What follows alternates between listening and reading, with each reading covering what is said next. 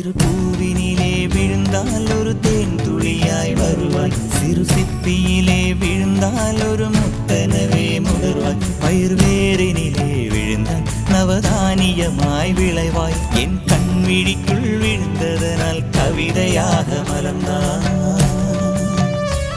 அந்த இயற்கை என்னை படைத்த ஒரு பெரிய ஷவர் இது. அட இந்த வயது கழிந்த பிறகெங்கு நனைவது, இவள் கண்ணி என்பது இந்த மழை கண்டறிந்து சொல்லியது. சக்கரவாகமோ மழையை அருந்துமா, நான் சக்கரவாக பறவையாவேன்.